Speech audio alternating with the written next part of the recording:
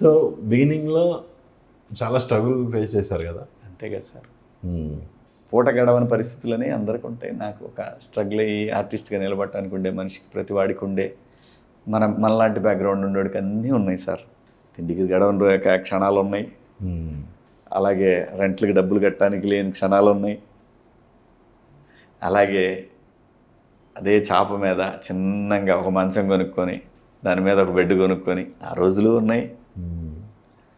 ఆ తర్వాత చిన్నగా కారు కొనుక్కునే పరిస్థితి వచ్చింది. నాకు బైక్ లేదు,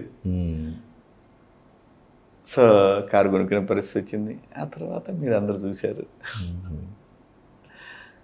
నాకైతే సంతోషం అండి. మీరు అన్నారే పొలిటీషియన్ అని. పొలిటీషియన్ కాదు, నేను జనం కోసం మాట్లాడాలి అనేటటువంటి ఒక తత్వం నాకేంటంటే, మనకు వెనకాల చాలామంది చాలా చేస్తే మనం ఇవన్నీ ఎంజాయ్ చేస్తున్నాం. లైక్ టెలిఫోన్ కానివ్వచ్చు, లైక్ సాఫ్ట్వేర్ ఉంది.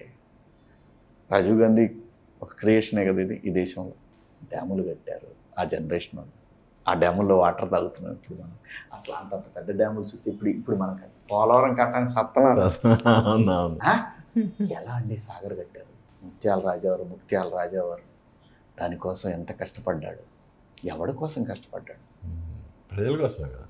70 లక్షల రూపాయలు డబ్బులు ఇచ్చాడంట 70sలో. కొన్ని 100 ఎకరాల భూములు ఇచ్చాడు. ఎవడి కోసం అండి.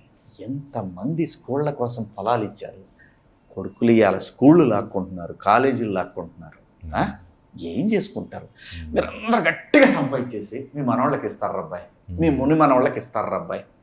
కానీ అప్పుడున్న ఆ సొసైటీ మొత్తం మురిగ్గా ఉండి వీళ్ళు మాత్రం బాగుంటే ఎలా ఉంటుంది. ఇలాంటి ఒక క్వశ్చన్ ఉంది సార్ నాకు. ఇవన్నీ చూస్తున్నాను నేను. ధైర్యంగా వచ్చి మాట్లాడగలను. కానీ నిజంగా నా పర్సనల్గా నేను ఏది యాక్చువల్గా శివాజీ సినిమాల్లో మేము దాదాపు ఎన్నో సంవత్సరాలు దగ్గరగా చూసాం సార్. కానీ వన్స్ పొలిటికల్ డిబేట్స్లో ఉన్న శివాజీ ఆల్టుగెదర్ డిఫరెంట్ సార్. చాలా అగ్రెసివ్గా మాట్లాడేవాడు శివాజీ. అంటే మీరు అన్నారు నా కళ్ళెదుట అన్యాయం జరుగుతుంటే నేను డెఫినెట్గా నా క్యారెక్టర్ ఇదే అన్నారు. అంత ఎక్స్ట్రీమ్గా ఒక పొలిటికల్ డిబేట్స్లో పాల్గొనడానికి మిమ్మల్ని ఇన్స్పైర్ చేసిన అంశం ఏంటి? విభజన అండి. విభజన వల్లే. అంతకుమించి వేరే నాకేముందండి. మీరు ఇప్పుడు నేనేమైనా ఎమ్మెల్యే టికెట్లు అడిగానా? పోనీ నేను పదవులు అడిగానా ఎవరినైనా? పోనీ ఎవరి దగ్గర పోయి చేయి చెప్పానా నేను? ఏ రాజకీయ నాయకుడినైనా ఎవరినైనా ఒక్కడిని చెప్పమనండి, ఏ రాజకీయ పార్టీ అయినా. నాకు ఈ చిత్ర పరిశ్రమ ఎంత ఇచ్చింది అంటే కారణం ప్రజలు. వాళ్ళకి యాక్సెప్ట్ చేశారు కాబట్టి నేను వాళ్ళ కోసం ఏం చేస్తున్నాను. ఇవ్వాలి కదా సార్, తిరిగి చేయాలి కదా మనం. ఎందుకు చేయాలి? రేపు ఇది నా మనవడికి ఉపయోగపడిద్దేమో, నా నెక్స్ట్ తరానికి. ఇప్పుడు మీరు అంత అగ్రెసివ్గా ఉన్నారు కదా, ఆల్ ఆఫ్ సడన్ మీరు బిగ్ బాస్కి వెళ్ళిపోయారు. మీరు బిగ్ బాస్లో ఉండగానే చంద్రబాబు ఆయన అరెస్ట్ జరిగిపోయింది. సో మీకు ఏ కబుర్ లేదు కదా బయటకు వచ్చేదాకా. తెలిస్తే నేను ఎందుకుంటాను అక్కడ, ఉండను కదా. సో అక్కడ ఏం తెలియదండి. బిగ్ బాస్లో ఏమీ తెలియదు, అన్నీ ఒట్టి మాటలు. అక్కడ ఏదో బూత్ జరుగుతుందని అదంతా అబద్ధం అండి. కానీ మిలాఖత్తులు ఉంటాయి కదా, ఫ్యామిలీ మెంబర్స్తో మిలాఖత్ అని. అలా ఎప్పుడు అది ఓపెన్ ఏదైతే ఉందో మీకు టీవీలో వచ్చేది అదే ఉంటుంది. ఒకరోజు అది, ఒకరోజు ఫ్రెండ్స్తో, అంతే. 2 రోజులు.